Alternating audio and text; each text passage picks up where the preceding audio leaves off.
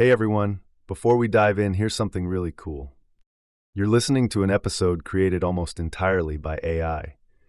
From the script to the voice, this is part of the AI Takeover series by Blockchain DXB, where we explore what's possible when humans hand over the mic to machines. There's little to no human involvement, and that's what makes this episode so powerful. Welcome to the future of content creation. Let's get into it. This episode is powered by Amana, the region's first and fastest-growing regulated all-in-one trading and investing app. Whether you're looking to invest in U.S. stocks like Apple or Tesla, or MENA giants like ADNOC or Sept, Amana puts the financial market at your fingertips. You also get access to gold, foreign exchange, ETFs, futures, and commodities. With over 375 assets to choose from, they've got the largest crypto selection in the region. And listen, guys, if you want to build long-term wealth without thinking about it every day and want to automate your investing, just set your monthly budget, choose your preferred categories, and let Amana do the rest. No fees, no lockups, and 100% customizable. Even better, funding your account is frictionless, and funding your account is easier than ever. You can fund your account with Apple Pay, Google Pay, credit cards, instant bank deposits, and even your crypto wallet. No friction, no hassle. And if you get stuck, Amana offers 24/6 real human customer support and personalized sales assistance. Because you're part of the Blockchain DXB community, you get an exclusive offer. Register with the code BlockchainDXB and make at least one trade to receive a $100 trading bonus credited to your account the following month. So what are you waiting for? Download the Amana app now. The link and code are in the show notes. Next up, Blockchain DXB is proud to be the official media partner for one of the biggest blockchain events of the year, the Blockchain Futurist Conference. For the first time ever, North America's leading crypto event is heading to the United States, taking place at the iconic Guitar Hotel at Hard Rock in Hollywood, Florida. Alongside it is ETH Women, happening simultaneously. Expect multi-stage panels, NFT galleries, DeFi showcases, tech demos, metaverse experiences, and more, all under one roof. It's where the smartest minds in blockchain, crypto, and AI will converge. Get 25% off tickets by using the code DXB25.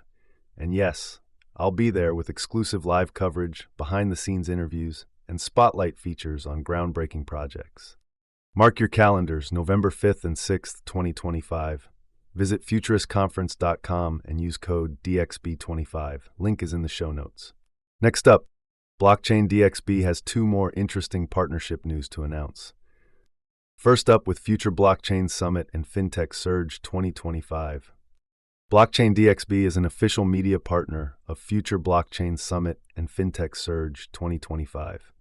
Future Blockchain Summit is one of the biggest and oldest blockchain summit taking place in Dubai, going back to almost a decade, 2017 to be precise. The event takes place between October 12th to 15th at Dubai Harbour. This is where blockchain meets fintech to redefine the future of finance. 250 plus world-class speakers, 1,200 plus investors, live demos, product launches, and the exclusive invite-only GITEX Digital Assets Forum, all under one roof. From Web3 pioneers to fintech leaders shaping payments, banking, insurtech, AI, and DeFi, this event brings the entire ecosystem together. Startups, this is your launchpad. Get in front of top VCs, accelerators, and industry leaders. For blockchain and fintech companies, this is where connections turn into partnerships and dreams turn into exits. Register today at futureblockchainsummit.com. Don't just watch the future unfold, own your space in it. Remember, Future Blockchain Summit and Fintech Surge 2025. The registration link is in the show notes below, and see you at Dubai Harbour. Second partnership news kicking off from today is with the leading Bitcoin event organizers on this planet. And this year, Bitcoin Asia is taking things to another level. Bitcoin Asia are hosting a massive gathering this August in Hong Kong, and Blockchain DXB is proud to be an official media partner of Bitcoin Asia 2025. Taking place this August in Hong Kong, Bitcoin Asia is the region's premier Bitcoin gathering, where builders, investors, and innovators meet. It's really an honor for Blockchain DXB to be associated with Bitcoin Asia. Now at this event, expect powerful keynotes, bold conversations, and a headlining session with none other than Eric Trump. He will be sharing his vision for Bitcoin's long-term potential, its role in global finance, and Asia's massive impact on adoption, and a lot more. So listen up, guys. From infrastructure to regulation, privacy tools to lightning development, Bitcoin Asia connects global Bitcoin communities and drives innovation across cultures and markets. And as part of this partnership, you can register for the Bitcoin Asia using the code DXB. All the detail are in the show notes below. If Bitcoin's in your blood, this is your event. So, register today at asia.btc and don't forget to use code DXB for 10% off your tickets. Bitcoin Asia 2025, Hong Kong is calling. Be part of the future of Bitcoin. Next up, Advanced Media is the largest distributor of professional video, photography, cinema, and broadcast accessories in the Middle East. They represent over 100 major brands, including DJI, Hasselblad, Red, and Rode. The mic I'm using to record this? Sponsored by Advanced Media. But what really sets them apart is their commitment to purpose.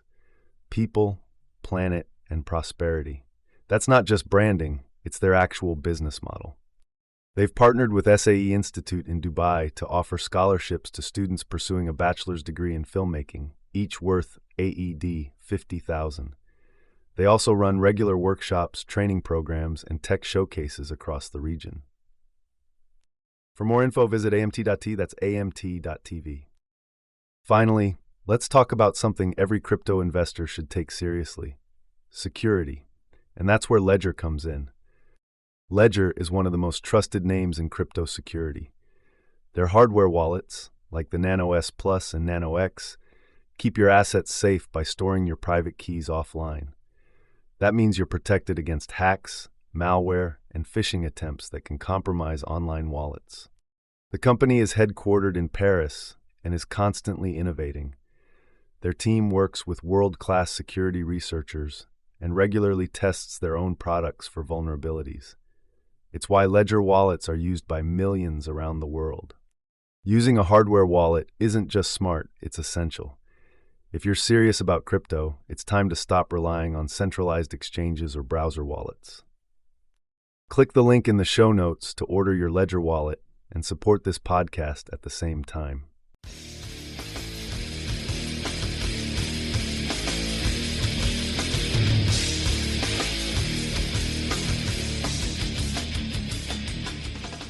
Welcome to the Deep Dive. Today, we're looking at some really powerful forces colliding, aren't we? Finance, tech, that's all moving so fast. Absolutely. We're seeing crypto markets react to big economic shifts, established players trying out blockchain, and then there's AI just exploding everywhere. So our mission today is to cut through that noise. Yeah. We want to give you the key insights from the sources we've gathered. We've got crypto stats, enterprise blockchain news, AI breakthroughs. Exactly. The goal is for you to walk away not just knowing what's happening, but understanding why it matters, how these pieces connect, or maybe where they don't. We've done the sifting market data, announcements, tech plans to bring you the important bits. So let's jump right in. First up, the market pulse. Okay. There's definitely a buzz, you can feel it, around the next FOMC meeting. That's the Federal Open Market Committee happening September 17th. Lots of talk, anticipation really, that Chair Jerome Powell might announce an interest rate cut. Right, and that's always a huge focal point for markets. If rates go down, the basic idea is borrowing gets cheaper. For businesses, for individuals. Money sloshing around. Essentially, yeah. Increase the money supply can spur inflation, and historically that often pushes asset prices up. Think Bitcoin, other cryptos. So the prediction, or maybe the hope, is for a pretty significant price jump, a pump, as they say. There's always a but, isn't there? The sources also flag a big warning: potential for manipulation. They mention notorious traders in Wales, basically big players who might try to, game the market around these big news events, create volatility. It sounds like navigating choppy waters deliberately stirred up by others. And even with predictions of a good reaction, we just saw CPI data showing inflation ticked up for 2%. Exactly. It really hammers home that old crypto saying, Don't trust, verify. You have to look beyond the headlines, do your own homework. So listen to Powell directly, maybe. Don't just react to the immediate Twitter storm. Precisely. Especially in crypto, narratives can drive price just as much as fundamentals, sometimes even more so in the short term. Vigilance is key around these events. Okay, so what are the markets actually doing right now? Looking at the crypto ETF sector, it's still showing positive signs. Pulled in $334 million total inflows in the last 24 hours. Yeah, that's still pretty healthy, but what's really telling is the breakdown within that number. Right.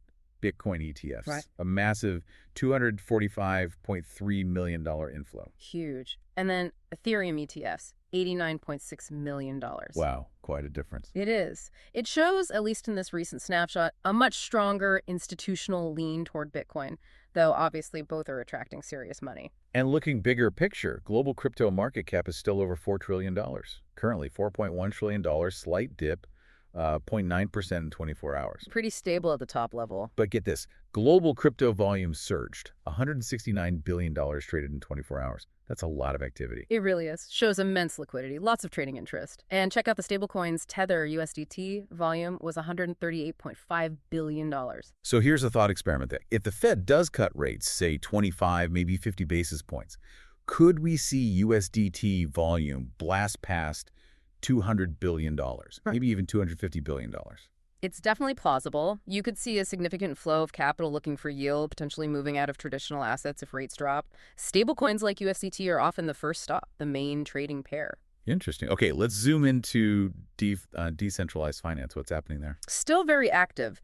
DEXs, the decentralized exchanges, did $15.56 billion in volume, and they collected nearly $95 million in fees from that. Not bad. What about TVL Total Value Lock? Slight dip there, down to $159.18 billion, but DEXs still dominate a huge chunk of DeFi activity, over 40%, 44.84% to be exact. And what about RWAs, real-world assets? That's standing at $15.45 billion TVL. It's a growing area, bringing things like property or bonds onto the blockchain. Shows that bridging between traditional and digital finance is really happening. So who are the top DEXs right now by volume? Uniswap's leading the pack, $3.29 billion. Then PancakeSwap, $2.37 billion. And number 3 is Hyperliquid at $1.47 billion. Okay, Hyperliquid, that name keeps popping up. But their market cap, the sources say it's number 1 by a mile. $14.3 billion. That's almost 3 times Uniswap. Yeah, it's pretty staggering. So what's the deal? Why is Hyperliquid valued so highly compared to, say, Uniswap, which has more volume? Well, Hyperliquid launched relatively recently, April 2024. It's a high-performance DAX, focuses on an on-chain order book for both spot and perpetuals. And crucially, it offers high leverage up to 50x. Leverage. That usually attracts attention. And capital. That high leverage, combined with its performance, has fueled this huge market cap. It suggests there's a big appetite in DeFi for these more sophisticated, maybe riskier trading tools. It points to a segment looking for capital efficiency, speed. But also higher risk, presumably. Absolutely. High leverage always means high risk. It shows the market is maturing in terms of tools, but maybe also in terms of speculation. You need to be aware of the volatility that comes with that. So it's like DeFi is developing its own high-stakes corner. You could say that. And speaking of market dynamics, something else is shifting. Both Bitcoin's dominance and Ethereum's are down slightly. Bitcoin at 56.1%, Ethereum at 13.3%. Meaning more activity, more capital might be flowing into altcoins, Solana, Ripple, maybe even the meme coins, as traders look for potentially bigger, faster gains. Right. So quick price check. Bitcoin's around $115,000. Down a tiny bit today, but up almost 2.7% over the week. Ethereum's at $4,495. Down a bit more today, 2.5%, but up over 4% for the week. And Ripple XRP is sitting right at $3. So still generally positive momentum over the medium term despite daily fluctuations. Yeah. So this whole segment, it really gives you a feel for the market's immediate reactions and what indicators like ETF flows or DX dominance are worth watching, especially with that FOMC meeting looming. Okay, let's pivot now. Let's talk about blockchain in the enterprise world. And this brings up that whole debate, permissioned versus open blockchains. Right. Just quickly for anyone unfamiliar, commission means it's a private club. You need an invite, authorization to join and transact, not like Bitcoin or Ethereum where anyone can participate. Got it. So the big news here is the London Stock Exchange Group, LSEG.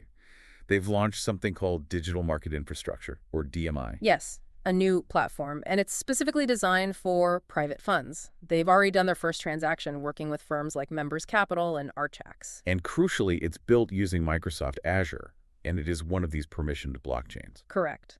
The stated goal is to bridge TradFi and digital finance, supporting tokenization, turning assets into digital tokens, trading, settlement, basically making private fund investing easier, more liquid. They plan to add more asset types later. It sounds very institutional, Yeah. very controlled, which brings us back to that question. Is it really blockchain? Yeah, from a purist standpoint. Yeah. Look, the argument against it is that having a central entity needing permission, it kind of undermines the core idea of decentralization. There's a control point.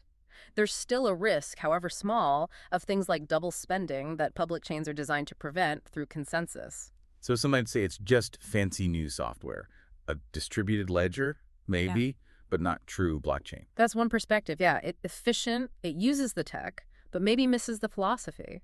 We saw a similar approach with JP Morgan's JPM coin, right? Internal efficiency gains using blockchain-like tech. It really makes you think about definitions. Yeah. Is blockchain becoming a catch-all term for any kind of shared secure ledger in the corporate space? It might be evolving that way in practice, but let's be fair, there are real benefits to the permissioned approach for institutions. Like what? Speed? Cost? Definitely. They can often achieve much faster transaction speeds and significantly lower costs compared to traditional financial plumbing. And the sources mentioned potential for better customer support, maybe even using AI down the line. That could be a differentiator. So it's a trade-off then. Practicality versus purity. Exactly. You gain speed, control, efficiency tailored to specific business needs. You lose, perhaps, some of that radical openness and trustlessness of public chains. Understanding this difference is key to seeing how big institutions are actually using this tech. Okay, interesting stuff. Let's shift again. Let's look at Bitcoin's ecosystem, how it's expanding, getting woven into more traditional finance, especially in Europe and Australia. Right. First up, Europe, a company simply called Treasury. They've acquired Amsterdam DNL BV. They're the organizers of the big Bitcoin Amsterdam conference, right? That's them. Treasury partnered with BDC Media LLC for this. The clear goal seems to be using these big events to boost Bitcoin adoption. The next Amsterdam conference is set for November 2025. And Treasury isn't small fry. They raised a lot of money. $126 million. From Mingle Capital, Nakamoto Holdings, David Bailey's group, and others. Significant capital. Then what did they do with that? They bought Bitcoin, over 1,000 BTC, making them, according to the sources, Europe's leading Bitcoin treasury company. Wow. So holding Bitcoin as a corporate asset, and they plan to go public. Yep, a reverse listing on Euronext Amsterdam, ticker DSRS. The plan is to use equity and debt markets to buy even more Bitcoin over time. That's a bold strategy. It shows real institutional confidence in Bitcoin as a reserve asset in Europe, moving beyond just trading. It definitely signals that. But it also reminds me, we talked about this before, remember Honorena's managing director cautioning companies about Bitcoin's volatility on the balance sheet? Oh yeah, good point. Holding large amounts isn't without risk, high potential reward, but also potential swings. Exactly. The institutional interest is growing, clearly, but the fundamental volatility of Bitcoin is still something these companies have to manage carefully. Definitely one to watch. Okay, so from Europe, let's head down under. Australia. OKX is making moves there. Yes, targeting a specific market. Self-managed superannuation funds, or SMSFs, basically private pension funds that individuals manage themselves. And OKX has launched a platform just for them. A registered platform, yes, tailored to make it easy for SMSFs to add crypto. They're offering secure custody, multi-sig security, which means multiple people need to approve transactions, adding safety proof of reserves for 22 different tokens. Plus reporting tools, dashboards, local support, making it compliant and user-friendly for that specific audience. That's the idea. OKX expects thousands of these SMSFs to sign up within a couple of years. It allows these funds to diversify beyond the usual shares, cash, property. And the kicker is, Coinbase is apparently planning something similar in Australia, too. So the sources suggest, it really highlights this trend. Crypto finding its way into regulated traditional investment structures. It's not just for crypto natives anymore. It's appealing to a broader, more institutional base. Fascinating. Okay, final segment. Let's explore the AI frontier. This is moving incredibly fast. We'll look at Ethereum's big plans, but also some very real-world stuff happening right now. Right. Starting with Ethereum. The Ethereum Foundation has actually launched a dedicated, decentralized AI team. It's being led by David Grapes, who's apparently recruiting actively on X, formerly Twitter. A whole team focused on AI within the Ethereum Foundation. What's their goal? It's ambitious. They want to make Ethereum the main settlement and coordination layer for AI agents. Think AI programs, robots, the whole machine economy. Oh, what are they focusing on? Two main things. One, creating an AI economy on Ethereum, where AI agents can transact directly, coordinate actions, without needing human intermediaries. Okay. And Building a decentralized AI stack. Basically, the underlying infrastructure, open, verifiable, censorship-resistant, so we don't end up with AI totally reliant on a few big centralized tech companies. that's a big vision. Are they building their own AI models then, like a decentralized ChatGPT? No, interestingly, their strategy isn't to build the AI models themselves. It's about building the rails for AI to run on. Developing the infrastructure, the protocols they mention, ERC 8004 for AI agent identity, and trust the standards needed for existing or new AI systems to operate safely and efficiently on Ethereum. So it's like plumbing for the future AI economy. Kind of, yeah. The vision is AI agents collaborating, paying each other, making agreements, all recorded transparently on Ethereum. Auditable, resistant to censorship, interoperable, bridging AI and blockchain at a really fundamental level. That's potentially huge, making AI interactions trustworthy and verifiable using blockchain. It's a foundational play, absolutely, trying to embed blockchain's core values, trust, transparency, immutability into the AI revolution before it potentially becomes too centralized. But like you said, it's not just future visions. AI is making a massive impact today. Right, let's look at some examples. Dyna.AI in Saudi Arabia. Yeah, they're expanding fast. They're launching Arabic AI solutions aimed at transforming the whole economy. They've got an agenting AI suite for the financial sector using collaborative AI agents, and they even talk about AI employees. AI employees, like digital workers. Essentially, yeah. Digital entities designed to augment human workers take over specific tasks. And the impact is expected to be big. Huge. AI is projected to add something like $135 billion, over 12% of GDP, to Saudi Arabia's economy by 2030, and $320 billion across the Middle East. Wow. And these AI employees, are they effective? Apparently very. The sources mentioned 2047 support, response times under 200 milliseconds, 95% accuracy in roles like company advisor, credit underwriter. They even demoed the Arabic versions at a big conference in Riyadh. That kind of efficiency is hard to ignore. But is this kind of specialized AI easily scalable everywhere, or is it best suited for these high-value specific tasks like finance or, well, like the next example? That's a great question. The underlying tech, the AI principles, are broadly applicable. But the most dramatic results, the biggest ROI right now, seem to be in sectors with complex processes, lots of data, or where efficiency gains mean big money, like finance or like port operations. Which brings us to ADNOC in the UAE, Abu Dhabi National Oil Company. Exactly. They've deployed AI to optimize operations at their petroleum ports, Das, Zirku, Ruwais, Jebel Dana. And this is a first for the region. First AI-powered port management solution in the GCC, yes. And the results are pretty stunning. Get this.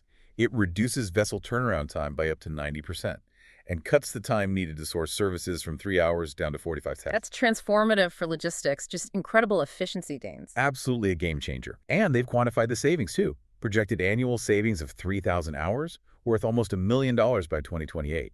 Plus, better jetty use, better vessel management, even sustainability benefits. And if you connect this back, remember all the hype around blockchain for supply chains back in, 2017, 2018? Oh yeah, tracking goods, transparency. Right. Lots of promises. But outside of crypto payments, not many large-scale, real-world deployments delivered those kinds of efficiency gains. But here we see AI delivering tangible, massive results in those very areas. Logistics, data transparency, operational efficiency. AI is really delivering the goods now. It's a striking comparison. So this AI segment, it really shows both the immediate practical power of AI today and also how platforms like Ethereum are trying to build the decentralized foundation for where AI might go tomorrow. Precisely. Two sides of the AI coin right now. Wow, what a journey today. We've covered so much ground. The crypto market's ups and downs, the cautious dance of institutions with permissioned blockchain, Bitcoin digging deeper into traditional finance, and then this explosion of AI. Yeah, from Ethereum's foundational plans to these really concrete, high-impact applications in the Middle East, it's clear these aren't separate stories, really. They're all threads in this bigger tapestry of how technology is reshaping finance and industry. So here's something to chew on as we wrap up. You've got AI agents getting smarter, more autonomous. You've got blockchains like Ethereum positioning themselves as the trust layer for these agents. What happens when those two things fully converge? What new kinds of decentralized intelligent businesses or economies might emerge? Will we see AI's efficiency truly blend with blockchain's transparency? Or will they remain somewhat separate paths solving different problems? That's the billion-dollar question, isn't it? Or maybe Well, trillion-dollar, given the scales we're talking about. It's going to be absolutely fascinating to watch unfold.